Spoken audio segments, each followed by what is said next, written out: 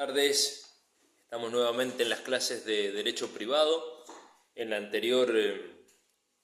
anteriores unidades pudimos observar y en las anteriores clases pudimos abordar la temática del derecho de familia a nivel general. Hablamos de la constitucionalización del derecho de familia, de la mutación, toda la transformación que ha sufrido a partir de la reforma del Código Civil, un nuevo paradigma que se ha instaurado también y ha influido muchísimo en lo que es la regulación y el trámite del derecho de familia, las nuevas concepciones, todo lo que ha tenido una consagración legislativa en nuestro derecho.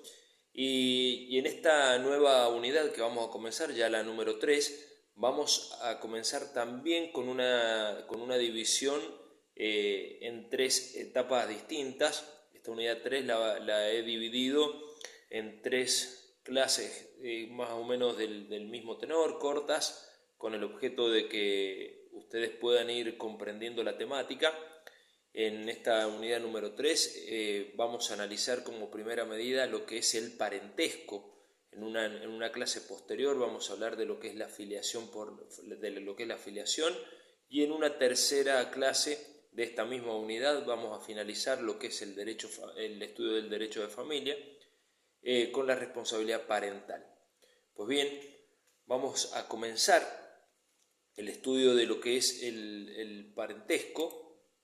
El parentesco básicamente es comprendido como la relación jurídica que nace entre personas que descienden de un mismo progenitor común.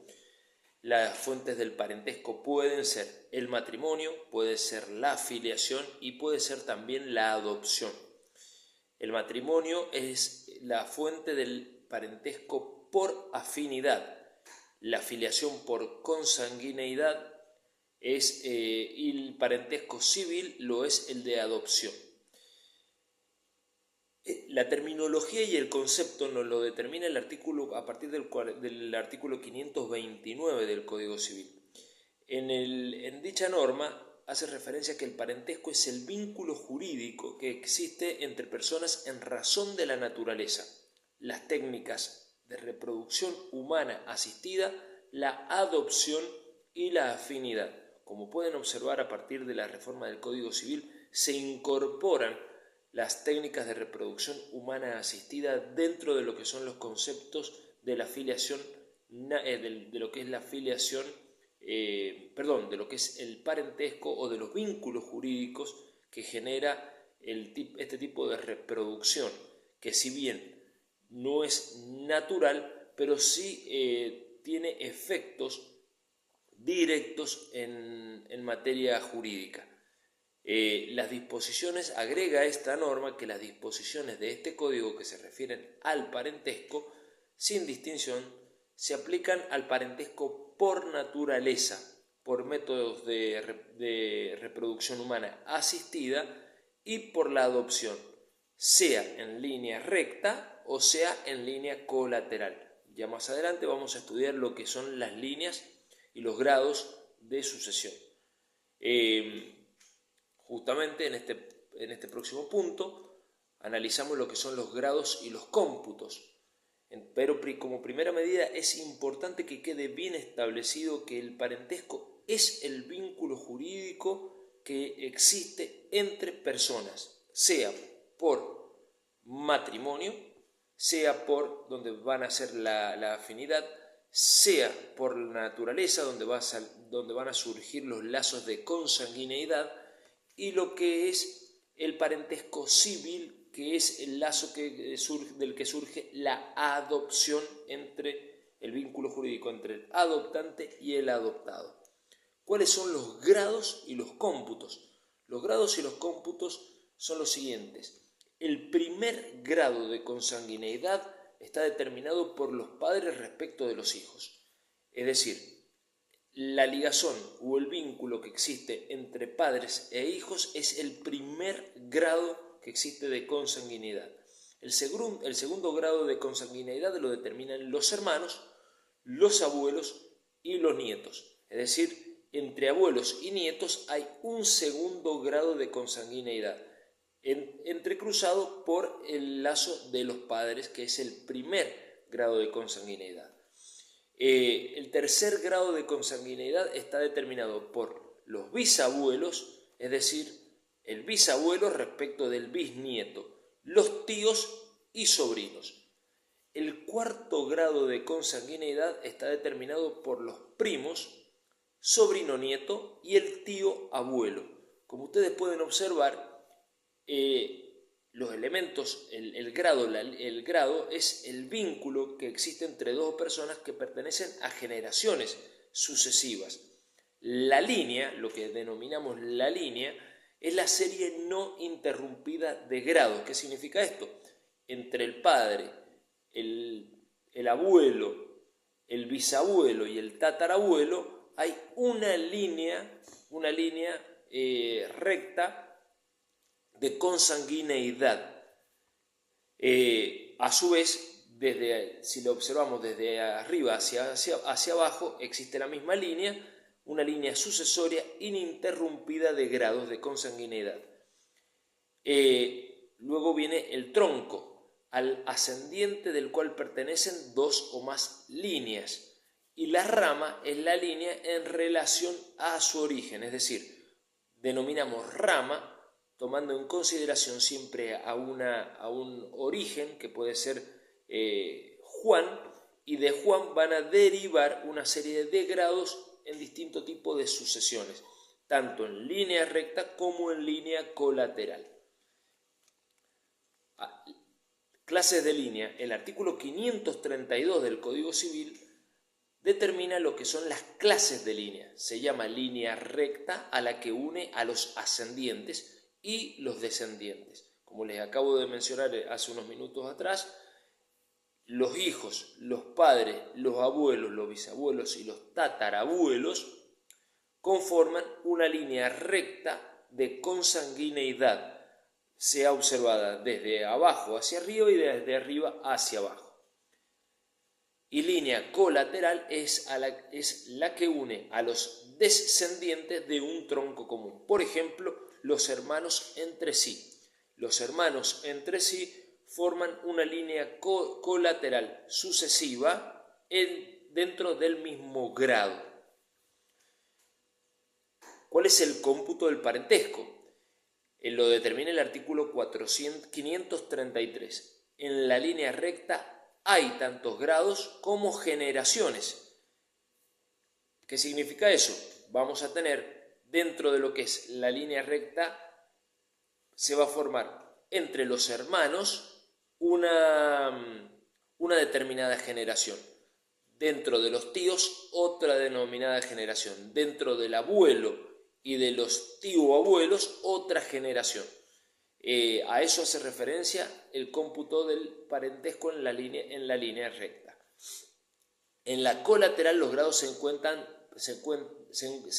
por generaciones, pero sumando el número de grados que hay en cada rama entre cada una de las personas cuyo parentesco se quiere computar y el ascendiente común. Por ejemplo, si tenemos una persona que es el lazo común de dos personas, los descendientes de esas dos personas, que vienen a ser los nietos de esa persona en común, entre ellos van a conformar un grado o una generación determinada. Dentro de ese grado va a haber una línea recta, pero siempre vinculada a ese tronco común, que es el abuelo que comparten en común o la persona que comparten en común. Los hermanos bilaterales y los hermanos unilaterales son hermanos bilaterales para la ley, es decir, para el artículo 534 del Código Civil, los que tienen los mismos padres, tanto el padre como la madre, porque serán hermanos unilaterales los que procedan de un mismo ascendiente en primer grado, es decir, aquellos que comparten el padre o aquellos que comparten la madre.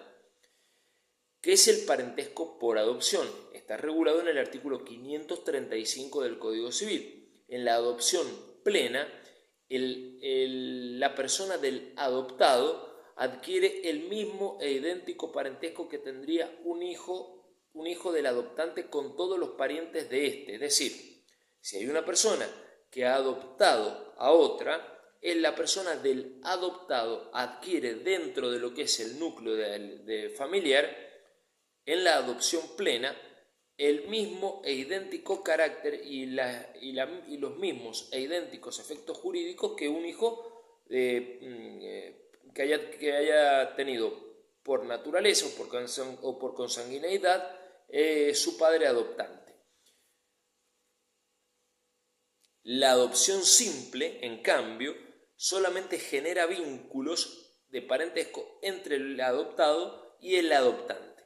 En ambos casos, tanto en la adopción plena como en la adopción simple, se crea con los límites determinados por el Código Civil. Y la decisión, por supuesto, y la decisión judicial que dispone la adopción. En el parentesco por afinidad es el que existe entre la persona casada y los parientes de su cónyuge. Se computa es decir, con relación a la pareja o al esposo o a la esposa, los sobrinos naturales que una persona, o adoptados que una persona tuviere. Se computa por el número de grados en que el cónyuge se encuentra respecto de esos otros parientes. El parentesco por afinidad no crea vínculo jurídico alguno entre los parientes de uno de los cónyuges y los parientes del otro.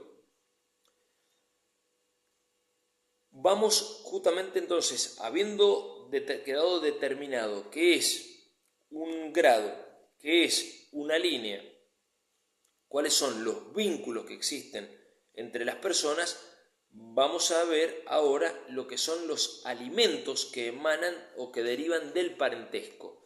Es decir, este vínculo jurídico que existe entre las personas, derivados de la naturaleza, es decir, de la consanguineidad, de la afinidad por el matrimonio y de la adopción por decisión judicial, es decir, o por la ley, surgen efectos jurídicos. Dentro de los efectos jurídicos encontramos los alimentos.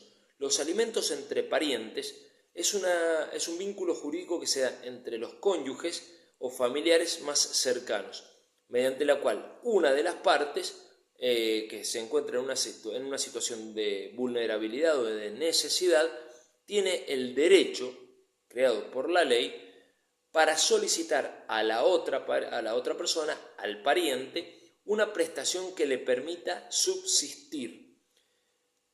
El artículo 537 del Código Civil determina cuál es el orden en que se deben alimentos los parientes. Los ascendientes y los descendientes tienen obligaciones entre sí, preferentemente los más próximos en grado. ¿Qué significa esto? El padre respecto de los hijos, los hermanos bilaterales y unilaterales. En cualquiera de los supuestos, los alimentos, cuando está determinado de los hermanos entre sí respecto de una persona que los vincule, los alimentos son debidos por los que están en mejores condiciones para proporcionarlos. ¿Qué significa eso? Una persona puede exigirle a sus tíos los alimentos. Un hermano puede exigirle al otro alimentos. Si una persona tiene más de un hermano, podrá exigirle en función del artículo 537, inciso B, a los que estén en mejores condiciones para proporcionarlo. Pero si dos o más de ellos, dice la misma norma, están en condiciones de realizarlo, la prestación alimentaria puede establecerse por partes iguales o fijarse cuotas diferentes, según la cuantía de los bienes y de las cargas familiares que mantenga cada uno de los obligados. Vamos a suponer que yo le exijo alimento a mis hermanos, alguno de mis hermanos tiene más cargas familiares que otro, lógicamente el juez va a tomar en consideración dicha cuestión para aminorar el tema de la cuota alimentaria respecto de aquel que tenga más cargas o más gastos que puedan ser acreditados por él.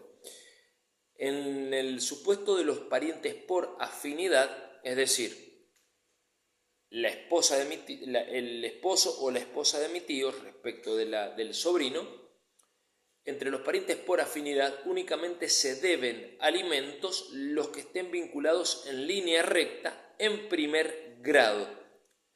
¿Qué significa esto? Los que están vinculados en línea recta en primer grado significa solamente los sobrinos de los tíos. ¿Cuáles son las prohibiciones?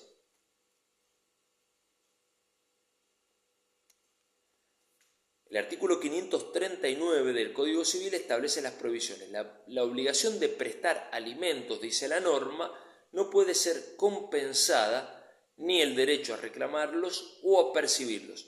No puede ser objeto de transacción, no puede ser objeto de renuncia, de cesión, de gravamen ni de embargo alguno. Es decir, la norma lo que establece es la prohibición lisa y llana de transaccionar, de contratar con la prestación alimentaria. No es repetible, agrega la norma, lo abonado en concepto de alimento. ¿Qué significa? Yo presto alimentos a un pariente en un estado de necesidad, ese pariente después no tiene la obligación de restituir esta suma otorgada por alimentos. ¿Qué pasa con los alimentos devengados y no percibidos? Las prestaciones alimentarias devengadas, dice el artículo 540 del Código Civil, y no percibidas, esas sí pueden compensarse. Ustedes ya van a ver que en el carácter alimentario, tanto en lo que es los alimentos entre parientes como en lo que es los alimentos propiamente dichos entre padres respecto de los hijos, lo que es el carácter alimentario es irrenunciable, es decir, los alimentos son debidos necesariamente a una persona, pero si esta cuota alimentaria es devengada, no es abonada, ese crédito sí es objeto o sí puede ser objeto de renuncia, de compensación, de transmisión a título oneroso o gratuito, porque adquiere el carácter de un crédito común, es decir, hasta inclusive puede llegar a prescribir su reclamo. El artículo 541 determina el contenido de la obligación alimentaria y dice que la prestación de alimentos comprende lo necesario, tengan en cuenta esto porque es muy importante. El artículo 541 determina el alcance de la obligación alimentaria. El contenido de la obligación alimentaria comprende lo necesario para subsistencia, habitación, vestuario y asistencia médica, correspondiente a la condición del que la recibe, en la medida, lógicamente, de sus necesidades y también de las posibilidades económicas del alimentante.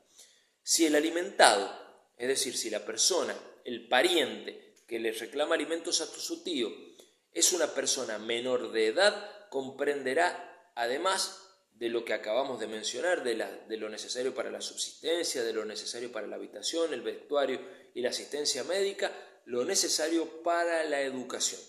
Esto lo determina el artículo 541 del Código Civil. ¿Cómo se deben abonar los alimentos? El modo en que deben ser abonados los alimentos lo determina el artículo 542.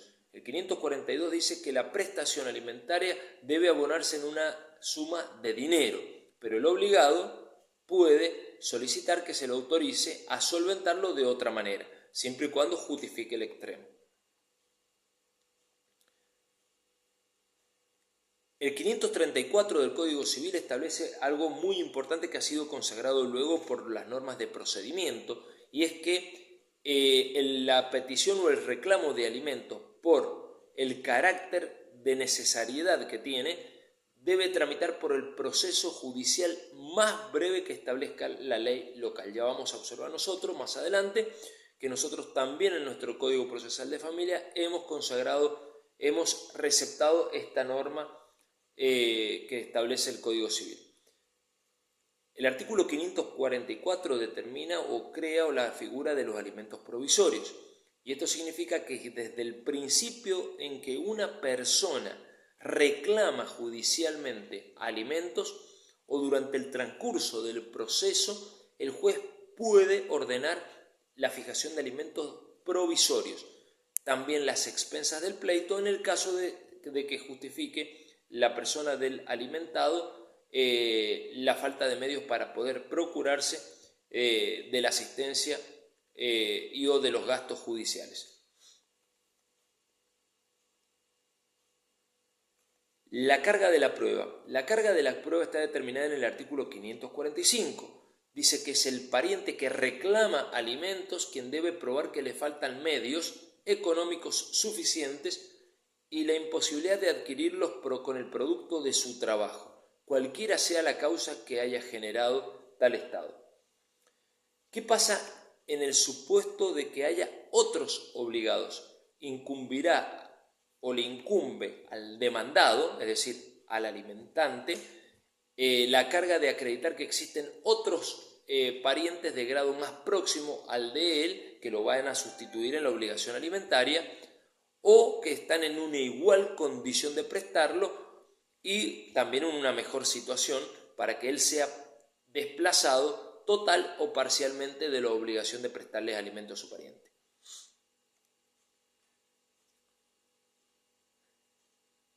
¿Qué pasa en el caso de un incumplimiento de una orden judicial de pago de alimentos? El artículo 551 dice que es solidariamente responsable del pago de la deuda alimentaria quien no cumple la orden judicial de depositar la suma que debió descontar a su dependiente o a cualquier otro acreedor. ¿Qué significa esto? Muchas veces sucede que en los reclamos de alimentos se dé curso y se inicie o se trabe algún embargo sobre un sueldo o salario de una persona. Bueno, el empleador que no cumple con la carga de retener y depositar la cuota alimentaria es responsable del incumplimiento en forma solidaria.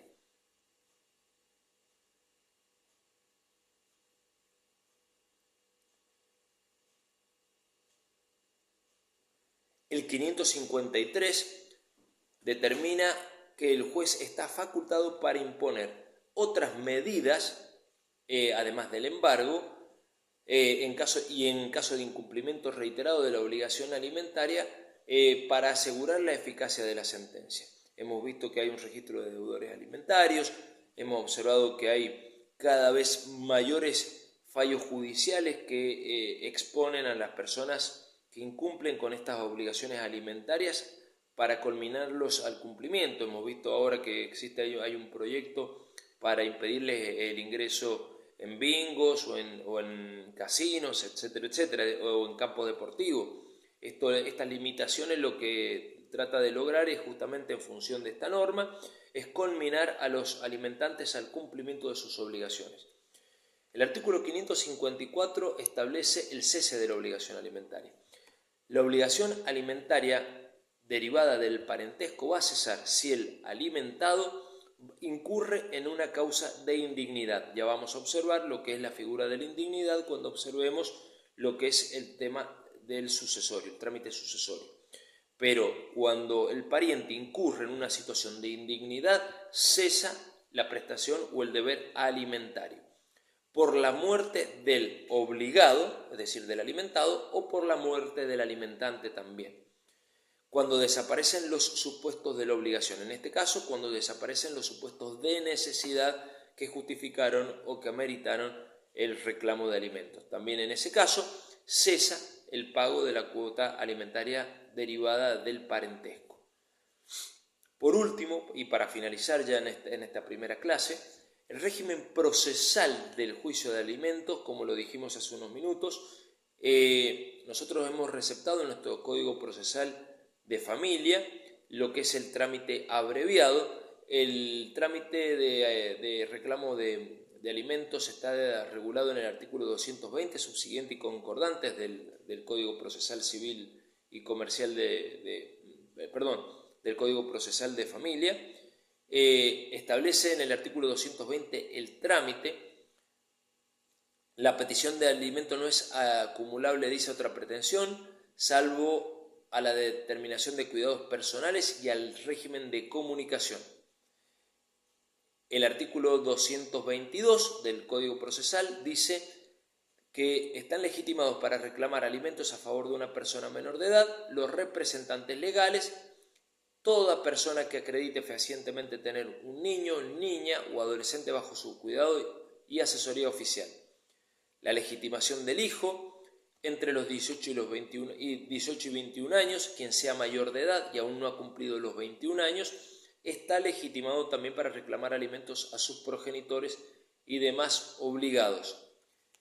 El artículo 224 establece la figura de los alimentos a aquella persona que sea mayor de 21 años, que estudia o se capacita. Dice la norma: quien sea mayor de 21 años y hasta los 25 años inclusive, y el progenitor con quien convive están legitimados para peticionar alimentos si la prosecución de estudios o la preparación profesional de un arte o de un oficio le impiden proveerse de medios necesarios para sostenerse de manera independiente. Este extremo debe acreditarse por parte de aquella persona que reclama alimentos. A diferencia de los alimentos que surgen del régimen de parentalidad, donde se presume la necesidad, no, en este caso no. En el caso del artículo 224, el que sea mayor de 21 años y hasta los 25 años, que acredite que está continuando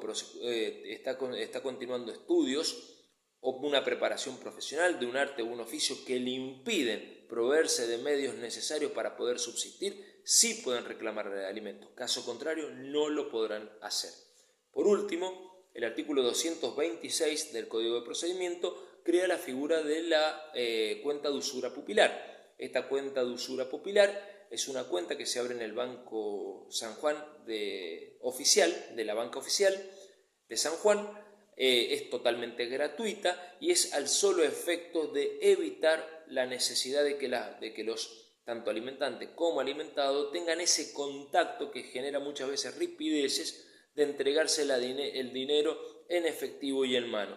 Entonces, a partir de la figura de la cuenta de usura pupilar, se da una apertura inmediata a esta cuenta en el banco oficial y la suma de dinero se deposita mensualmente en la misma. Esto facilita también la acreditación del pago regular de la obligación alimentaria por parte del alimentante. Bueno, vamos a continuar en la clase próxima con lo que es el tema de la afiliación. Tengan ustedes muy buenas tardes.